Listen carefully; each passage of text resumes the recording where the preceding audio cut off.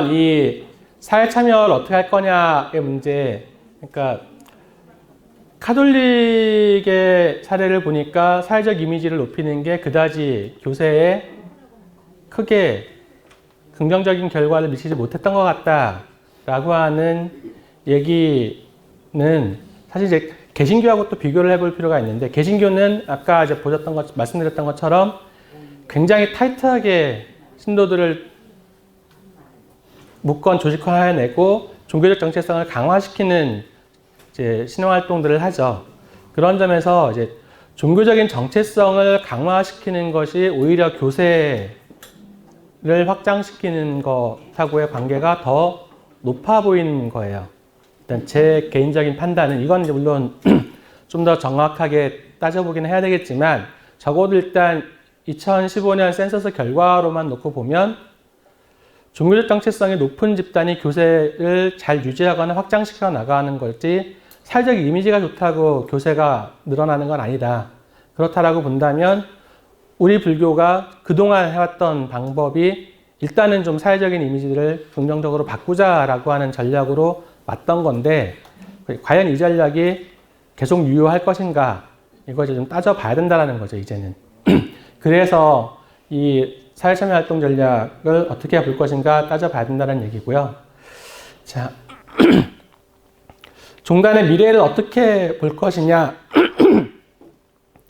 그 연성종교와 경성종교라는 얘기를 하고 있습니다. 이거 이제 연성종교는 쉽게 얘기하면은 그냥 문화로서의 일상생활 문화로서의 종교, 그러니까 대표적인 게 유교예요.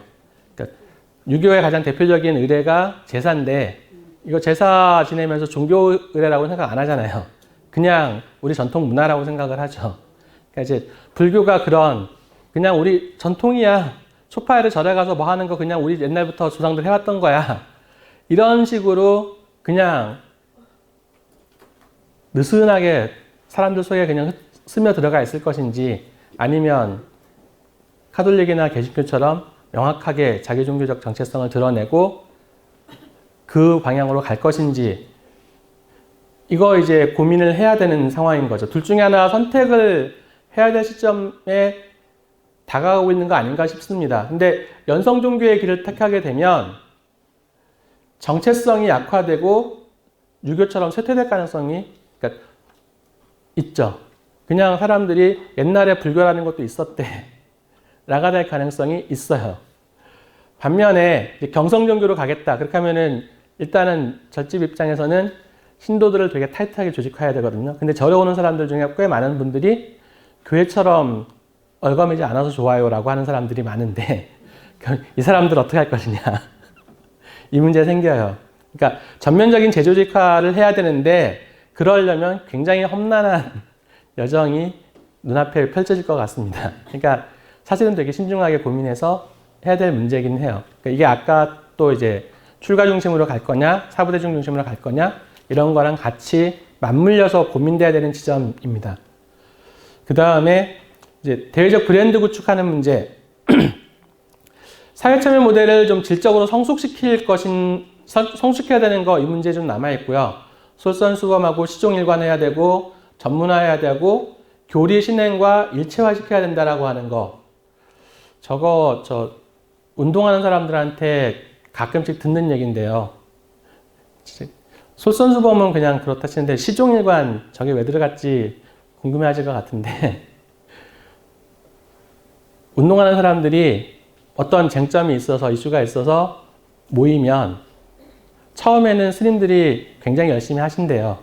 스님들이나 불자들이 되게 열심히 하는데, 하다 보면은 어느 순간인가 안 보인대요.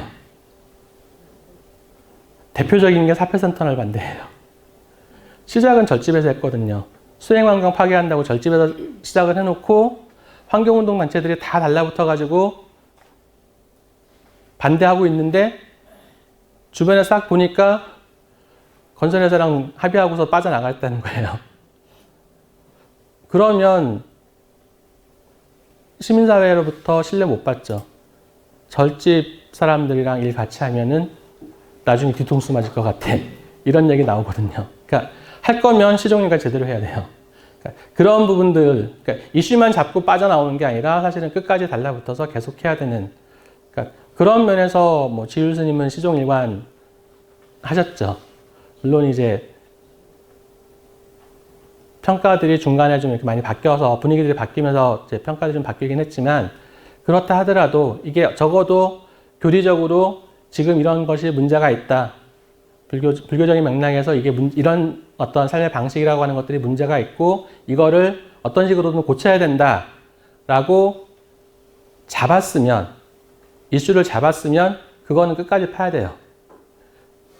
그게 뭐 정치적인 맥락이 아니라 온전하게, 그러니까 삶의 방식대로, 이게 불교적 삶이 아닌데 왜 이거를 불교적 삶이 아니라고 하면서 문제가 되니까 이거 바꾸자, 불교적인 방식으로 바꾸자라고 해놓고 들어가서 얘기를 하니까 사람들이 보니까 저 그런 설득력 있는 얘기를 하니까 나도 저렇게 동참해야 되겠는데 하고 들어와서 같이 뭔가 하려고 하는데 보니까 절집 사람들 다 빠져나갔네.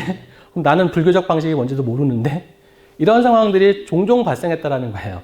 그동안에 불교계가 했던 사회활동들, 사회참여활동이라고 하는 부분들에서 사실 그런 점에서는 좀 반성해야 되는 부분들이고, 그 다음에 어쨌든 정치적, 경제적 기득권 구조하고 함적 긴장관계를 좀 갖추고 자율성을 가지고 있어요. 그러니까 너무 밀착해도 안 되고 그렇다고 너무 멀어져서도 안 되고, 이 부분 좀 고민해야 되는 부분들이고요.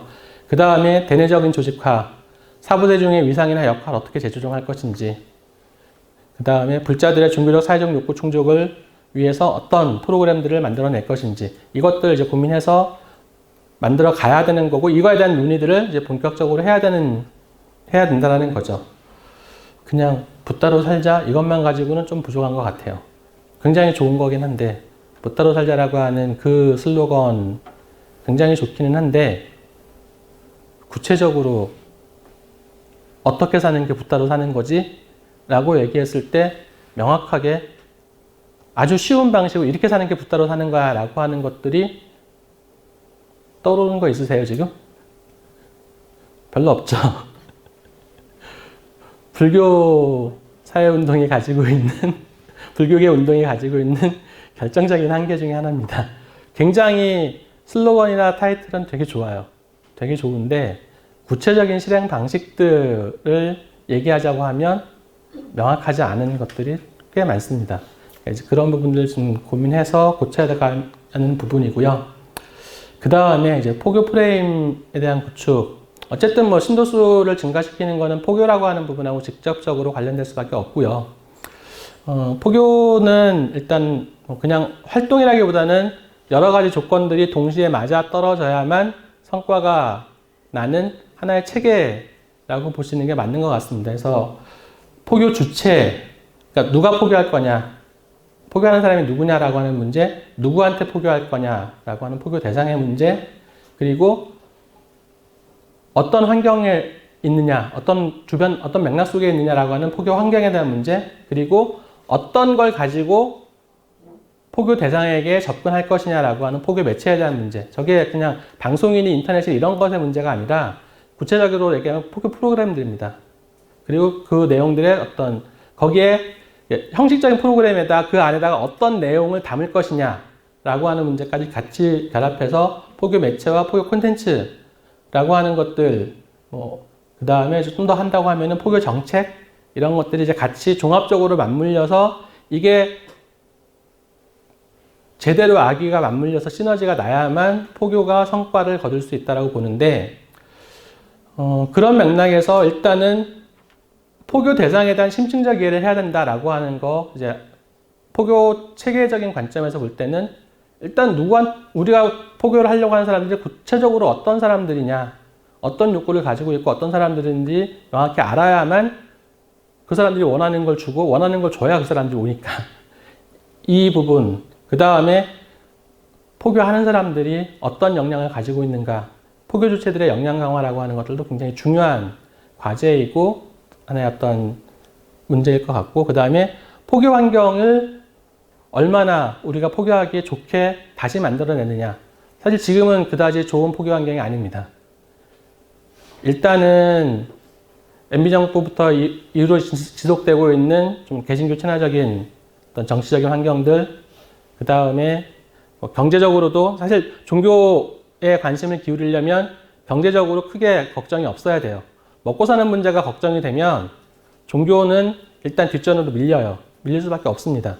그러니까 경제적인 환경도 그다지 좋지 않고, 그 다음에 정치적인 환경도 그렇게 좋지 않고, 여러 가지, 그 다음에 종단 내적으로도 그래도 어쨌든 지금 원행스님 집행부 들어서고 나면서부터는 조금 종단 내부적인 부분에서는 좀 안정이 되어 있긴 한데, 그런 점에서는 좀 다행이기는 해요. 근데 종단 내부적인 문제라든지 이런 여러 가지 맥락들, 환경들이 포교하는데 적극 좋은 조건들이 아니면 포기하기 쉽지가 않거든요.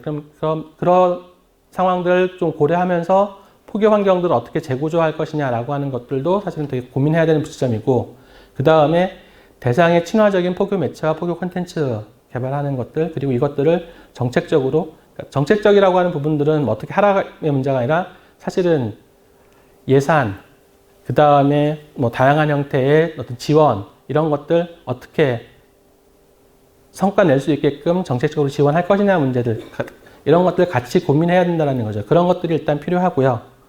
그 다음에 포교 비전이 좀 필요하다라고 생각을 합니다. 이거는 이제 제가 생각하고 있는 얘기예요. 서원불교라고 하는 건 이제 제가 생각하고 있는 얘기인데, 뭐 몇 분 이제 제 얘기를 들었던 스님들 몇 분께서는 괜찮은 것 같아. 그럴듯한 아이디어야. 라고 얘기를 하고, 그래서 계속 기회 될 때마다 여기저기서 떠들고 다니는 얘기긴 합니다.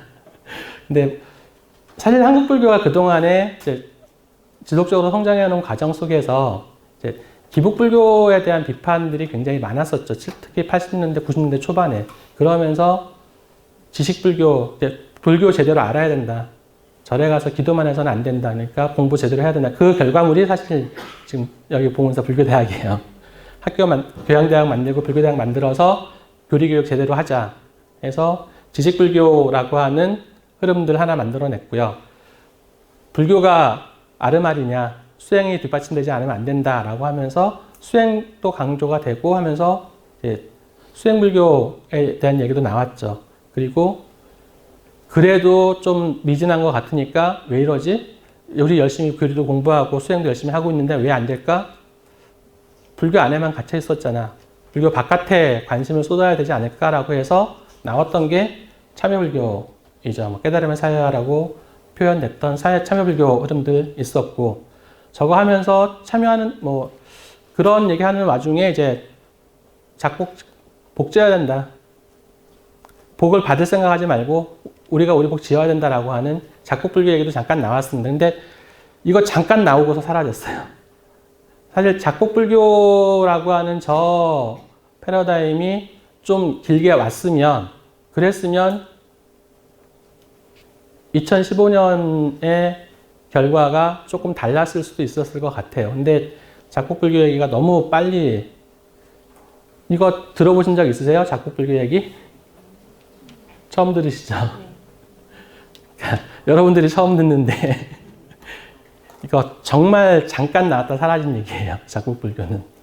근데